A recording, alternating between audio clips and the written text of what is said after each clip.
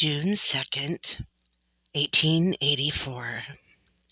My darling Katie, I know it's been a few weeks since my last letter, but I have been ever so busy outfitting Miss Lottie's ladies in the finest of Parisian rococo.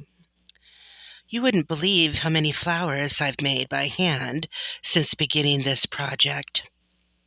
I wanted to show you a few of my designs because while I'm working tirelessly with the DeMille girls to get everything done in time, I know you will appreciate just how much fun I'm having despite the deadlines.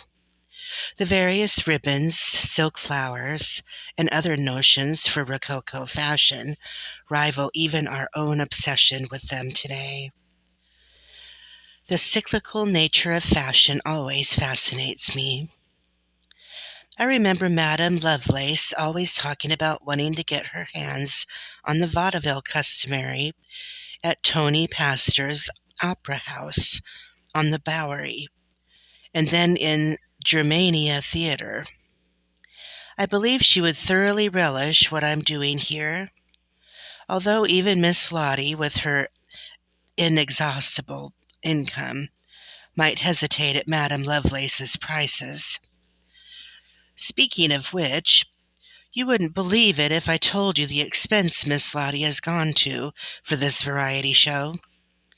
She says if she hopes to keep her ladies out of the more unsavory occupations in Frisco, she can't afford to have Le Petit Chateau give the public anything less than the very best. She sent out to Salt Lake City, Chicago, and even New York for the finest taffetas, silks, velvets, laces, and ribbons you can imagine. They've even have some very fine mills here in the neighboring city of Beaver that we've purchased from. Did you know the Mormons have their own sericular industry? Many of them raise the silkworms in their own homes. Can you imagine? But Miss Lottie loves to support the local economy, especially when women are involved.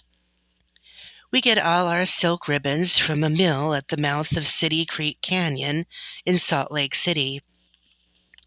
It costs a bit more than foreign silk, but thankfully Miss Lottie can afford it. She's an heiress, you know. Her father left the South in '49 to seek his fortune in California. He became one of the richest men there by the late '50s. She inherited everything when he died. In all honesty, such a fortune couldn't have gone to a better woman. Miss Lottie is always looking for a lost soul to save. She actively greets each train that rolls into Frisco to get to the most vulnerable young girls that come here looking for work before they end up at the brothels. If they have a special skill Miss Lottie can use, she takes them in. Just this week, a lovely young Italian girl by the name of Bianca Canuto came under the protection of Miss Lottie. She doesn't sing or dance or perform in any way, but she's an excellent baker. Oh, her pies! And her bread is divine. She even shared her honey wheat recipe with me, which I'm including here. You simply must try it, dearest. Thankfully, a baker was precisely what Miss Lottie's kitchen staff needed. She serves dinner at her shows, you know, and Miss Canuto looked quite desperate when she first arrived, so it has all worked out for the best. Lottie's ladies perform multiple times a night, singing and dancing, and performing mini plays or scenes and acrobatics. There's a prima ballerina from Russia whose father and only known parent died recently. 2 China girls who perform ancient magic, and even a comical girl who tells the silliest stories I've ever heard. Miss Lottie also employs an entire waitressing staff to serve the meals. Oh, Katie, the most wonderful thing happened to me the other day. I was delivering yet another finished garment to Miss Lottie when she begged me follow her to her private parlor. She often entertains important guests there before and after her ladies perform.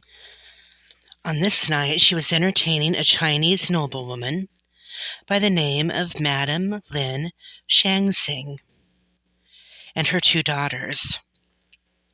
Miss Lottie introduced me and showed Madame Shangsing the finer details of the dress I'd just delivered. Madame doesn't speak English, or at least pretends not to, and her daughters told me I was just the dressmaker they were looking for. I'm sad to say Madame Shansing owns the majority of the various opium dens here in Frisco.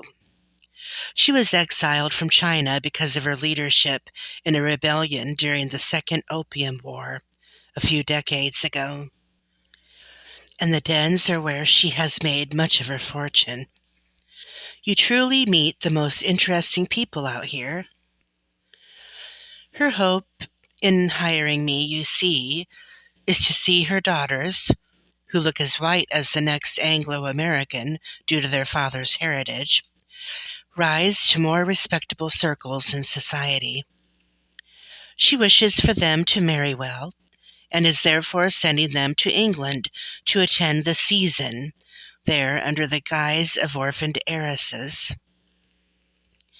Madame Shangsing's daughters told me she's settled £100,000 upon each of them in order to attract respectable husbands for them. She wishes for me to create their wardrobes for their season abroad. Opium dens or no, my heart softened toward her when I saw the lengths she was willing to go to in order to make a better life for her daughters. She would rather never see them again than condemn them to the life she has led. You and I both know how difficult it can be for an immigrant in America. While meeting with Madame Shansing, all I could think of was Mama and all the sacrifices and injustices she had to suffer for being Irish, and all she had was an accent to turn people's prejudices against her. You can imagine how thankful I was when her daughters told me Madame Shansing was prepared to pay me enough to not only settle my debt to Mr. Gambit once and for all, but to bring you out to Frisco by the end of this summer. Furthermore, if my calculations are correct, I should have enough left over to open a dress shop that will provide an income for us until we can leave here. I was thinking we might go to California or somewhere on the coast. Mr. Hickman told me the climate there is perfect for someone with your condition. Well, I agreed to do the work and am once again loving the opportunity to create without any restraints regarding costs of materials. Who would have thought that I would find even more creative freedom out west than I had in Madame Lovelace's boutique? Like Miss Lottie, Madame Shansing will settle for nothing less than the best for her daughters. I've asked Esther and Abigail DeMille to be my assistants. Their parents have agreed to continue to let me board for free until the project is complete. They say the experience their daughters will gain during the construction of not just one, but two of the finest wardrobes I've ever had the pleasure of creating is more than enough compensation. Alas, somehow in this place of hellish greed and misery, I've found myself surrounded by saints and angels. So now I'm begging you, Katie, please go to Madame Lovelace as soon as you can and ask her for any of the latest fashion plates from London and Paris she can spare. Or send Dr. Frisbee if you're not able. Then send the plates along to me as soon as possible.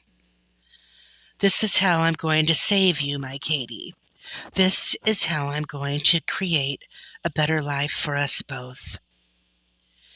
Your loving and devoted sister, Lily Clara.